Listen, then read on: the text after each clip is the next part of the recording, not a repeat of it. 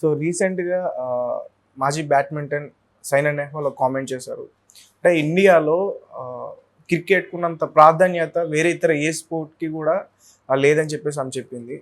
So అంటే దీన్ని అసలు ఎలా చూడాలి? అంటే రీసెంట్‌గా మనం ఒలింపిక్స్‌లో చూసుకుంటే ఎవరైతే వినేష్ పోగాట్ ఉందో ఆమె ఒక 100 గ్రామ్స్ ఎక్కువ ఉందని చెప్పేసి ఆమెను అక్కడి నుంచి తొలగించారు ఒలింపిక్ గేమ్స్‌లో నుంచి. సో దాని గురించి. సో సైనా నెహ్వాల్ ఏం కమెంట్ చేసింది అంటే, క్రికెట్‌కి విపరీతమైన ఫెసిలిటీస్ ఉన్నాయి. అలాంటి ఫెసిలిటీస్ మిగిలిన క్రీడల్లో కూడా ఉంటే మనము డెఫినెట్లీ ఏంటంటే అమెరికా లాంటివి కానీ, ఆఫ్రికా కంట్రీస్, చైనా ఇట్లాంటి కంట్రీస్ ఈ అథ్లెటిక్స్, ఈ ఒలింపిక్స్‌లో వాళ్ళకి ఎక్కువ స్వర్ణాలు కానీ, లేదంటే వాళ్ళకి ఎక్కువ విన్నింగ్ కెపాసిటీ ఉంటుందన్నమాట. సో అలాంటిది మనం కూడా పికప్ చేయాలంటే ఇది అదే క్రికెట్ విషయానికి వస్తే రివర్స్. క్రికెట్లో ఎప్పుడైనా కూడా ఇండియా ఈజ్ హాట్ ఫేవరెట్. అది ఏ ఏ స్కెడ్యూల్ అయినా వీళ్ళు వెళ్ళారు అని అంటే ఇండియానే హాట్ ఫేవరెట్గా ఉండే అవకాశం ఉంది. అంటే మీరు లాస్ట్ అంటే 20 ఇయర్స్ చరిత్రలో ఎనీ వరల్డ్ కప్లో కూడా ఇండియానే హాట్ ఫేవరెట్గా ఉండింది. సో క్రికెట్కి ఉన్నంత క్రేజ్ కానీ, క్రికెట్కి ఉన్నంత ఫెసిలిటీస్ కానీ మిగిలిన వాటిలో లేదు. అక్కడ ఏంటంటే ఫెసిలిటీస్ ఉండి ఆ ఎంకరేజ్మెంట్ ఉంటే ఖచ్చితంగా మిగిలిన క్రీడల్లో కూడా మనం అవార్డులు తీసుకురాగలిగే కెపాసిటీ మన క్రీడాకారులకు ఉంది అనేది సైనా నెహ్వాల్ చెప్పిన మాటల విశ్లేషణ.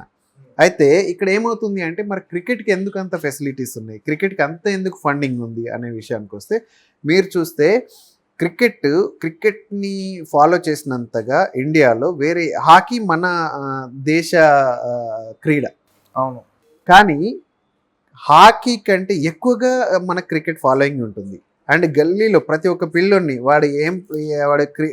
వాడికి ఏదైనా ఈ క్రీడల మీద ఆసక్తి ఉంది అని అంటే ఫస్ట్ వాడు చెప్పేవాడు క్రికెట్. మన హాకీ మీదనో లేదంటే మన కబడ్డీ మీదనో అట్లీస్ట్ ఈ బ్యాడ్మింటన్ వీటి మీద ఉండదు. వాళ్ళకి ఎంతసేపటికి ఏంటంటే క్రికెట్ మీదనే ఉంటుంది. ఈ క్రేజ్ కారణంగా, సోషల్ క్రేజ్ కారణంగా ఏమవుతుంది అని అంటే క్రికెట్కి ఇప్పుడు మీరు ఒక క్రికెట్ ఈవెంట్ జరుగుతుంది అని అంటే అది టెలికాస్ట్ అవుతుంది అంటే హ్యూజ్ టీఆర్పీ రేటింగ్ వస్తుంది. ఇప్పుడు ఒలింపిక్స్ జరుగుతూ ఉంది, కానీ ఏంటి అంటే ఈ ఒలింపిక్స్ మీద ఉండే టీఆర్పీ కంటే ఇండియాలో నిన్నటి దాకా మనకు శ్రీలంకలో క్రికెట్ షెడ్యూల్ అయింది. ఎనీవే మనం అది లాస్ అయ్యాము వన్ డే, కానీ అక్కడ టీఆర్పీ రేటింగ్ ఎక్కువ ఉంటుంది మీరు చెక్ చేస్తే. అందువల్ల ఏమవుతుంది అని అంటే క్రికెట్కి ఈ టీవీ ఛానల్స్ నుంచి కానీ, యాడ్స్ నుంచి కానీ, మనం ఐపీఎల్ చూస్తే కోట్లు డబ్బులు వస్తుంది. సో అట్లా హ్యూజ్ మనీ ఉందన్నమాట, క్రికెట్లో హ్యూజ్ మనీ ఉంది. దాంతో ఏంటి అంటే క్రికెట్ గ్రౌండ్స్ మీద పెట్టే ఖర్చులు కానీ, లేదంటే క్రికెటర్స్ అంటే ప్లేయర్స్కి ఇచ్చే నజరానాలు కానీ, లేదు అంటే క్రికెట్ అకాడమీస్లో ఉండే డబ్బులు కానీ హ్యూజ్గా ఉంది. దానివల్ల ఏంటంటే వాళ్ళకి విపరీతమైన ఫెసిలిటీస్, వాళ్ళకి మంచి జిమ్, అదేవిధంగా వాళ్ళకి మంచి ఫుడ్, వాళ్ళకి మంచి ట్రాన్స్పోర్టేషన్, వాళ్ళకి అంటే వాళ్ళకి కావాల్సినంత, అంటే వాళ్ళకి కావాల్సిన దానికంటే ఎక్కువగా వాళ్ళకి ఇన్కమ్ ఉంది. వాళ్ళు ఏంటి అంటే ఆ లెవెల్లో వాళ్ళకి ఒక అన్ని ఫెసిలిటీస్ బాగున్నప్పుడు ఏమవుతుందంటే వాళ్ళ ఎనర్జీస్ కూడా డబుల్ అవుతాయి, వాళ్ళు సైకలాజికల్గా కూడా స్ట్రాంగ్గా ఉండగలుగుతారు. సో అక్కడ ఏమవుతుందంటే క్రికెట్కి విపరీతమైన ఫెసిలిటీస్ ఉండి చాలా అంటే వాళ్ళలో రిజల్ట్స్ కూడా చాలా వస్తున్నాయి. అదే మీకు ఇప్పుడు ఇక్కడ చూస్తే వేరే క్రీడల్లో చూస్తే ఏంటి అని అంటే వాళ్ళకు మినిమం ఇవి కూడా ఉండదు. అంటే వాళ్ళు ప్రాక్టీస్ చేసుకోవడానికి గ్రౌండ్ వ్యవస్థలు సరిగా ఉండదు, వాళ్ళకి డైట్ వ్యవస్థ సరిగా ఉండదు, ట్రైనర్స్ సరిగా ఉండవు, ట్రాన్స్పోర్టేషన్ ఉండదు, వాళ్ళకి అట్లీస్ట్ ఒక రికగ్నైజేషన్ సరిగా ఉండదు. సో వాళ్ళకి ఎంకరేజ్మెంట్ ఉండదు. వాళ్ళు వెళ్ళి గెలిస్తే మన చాలా విషయాలు ఈవెన్ క్రికెట్లో కూడా ఏంటి అని అంటే విమెన్ క్రికెట్కి అంత క్రేజ్ లేదు. మళ్ళీ వాళ్ళు కూడా విన్ చేస్తూ ఉంటారు, చాలా ఇది చేస్తూ అవార్డ్స్ ఇవి కప్పులు తెస్తూ ఉంటారు, కానీ మేల్ క్రికెట్కి ఉన్నంత ఏది విమెన్ క్రికెట్కి లేదు అక్కడ కూడా. అట్లనే ఏంటంటే ఇప్పుడు మనం ఈ మిగిలిన క్రీడల్లో చూస్తే మన దగ్గర కూడా మిగిలిన క్రీడల్లో చాలా గొప్ప క్రీడాకారులు ఉన్నారు. సైనా నెహ్వాల్, అంతకంటే ముందు సానియా మీర్జా, తర్వాత ఇప్పుడు బ్యాడ్మింటన్లో ఈ అమ్మాయి పివి సింధు, అంతకుముందు పివి సింధు గురు, గోపిచంద్, వీళ్ళంతా మంచి క్రీడాకారులు ఉన్నారు.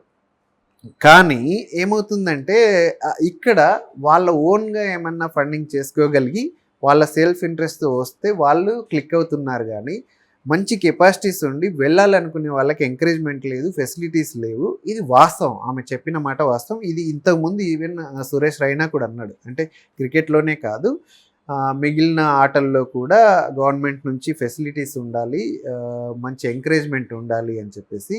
యాక్చువల్గా ఏంటి అని అంటే మనకు వ్యవస్థ అయితే ఉంది, సెంట్రల్ గవర్నమెంట్ నుంచి ఒక క్రీడా శాఖ అనేది ఉంది. కానీ ఇవన్నీ వ్యవస్థల్లాగే ఉన్నాయి. వాటిలో ఏంటంటే ఖచ్చితమైన అంటే ఎక్కడ నీడ్ ఉంది, ఎలాంటి నీడ్ ఉంది, ఎలా దాన్ని ఎంకరేజ్ చేయాలి, దాంట్లో ఫెసిలిటీస్ ఎలా ఇంప్రూవ్ చేయాలి అనే దాని మీద ఇంకా ఫోకస్ చేయట్లేదు. ఇన్ఫ్యాక్ట్ ఏంటంటే ప్రైవేట్ నుంచి కొంత ఎంకరేజ్మెంట్ ఉందని చెప్పొచ్చు. లైక్ ఏంటంటే ప్రో కబడ్డీ లాంటి లీగ్స్ని, అంటే ఏది మన క్రికెట్ లీగ్ తర్వాత ప్రో కబడ్డీ లీగ్ని స్టార్ ఛానల్ వాళ్ళు స్టార్ట్ చేశారు కదా, వాళ్ళ దగ్గర నుంచి కబడ్డీకి కొంత ఎంకరేజ్మెంట్ ఉంది. అట్లనే మిగిలిన వాటిలో ఏంటంటే గవర్నమెంట్ కొంత ఎంకరేజ్మెంట్ చేయగలిగితే అక్కడ ఫండింగ్ వస్తే అక్కడ కూడా ఆణిముత్యాలని తయారు చేయగలిగి అక్కడి నుంచి కూడా ఒలింపిక్స్ లాంటి ఏది ఈ ఈవెంట్స్లో మంచి మంచి పథకాలు, అంటే మిగిలిన అంటే China, Japan, US, Africa countries వీటితోటి పోటీ పడి మనం కూడా క్రికెట్ లాంటి అంటే పేరుని తీసుకొచ్చే కెపాసిటీ మన ఇండియన్ క్రీడాకారులకు ఉంది అనేది సైనా నెహ్వాల్ చెప్పిన మాటల్లో ఆమె చెప్పాలనుకున్నది. సో ఇది వాస్తవం. దీని వైపు మన గవర్నమెంట్స్ అంటే స్టేట్ గవర్నమెంట్స్ కానీ సెంట్రల్ గవర్నమెంట్ కానీ ఇంతకుముందు ఆల్రెడీ క్రీడా వ్యవస్థలో అంటే అవార్డ్స్ తీసుకొని వచ్చి గవర్నమెంట్ ఫెసిలిటీస్ తీసుకున్న అంటే లెజెండరీ క్రీడాకారులు కూడా దీనిపైన కొంత ఫోకస్ చేసి ఎంకరేజ్మెంట్ చేసి పాలసీస్ చేస్తే ఏదైనా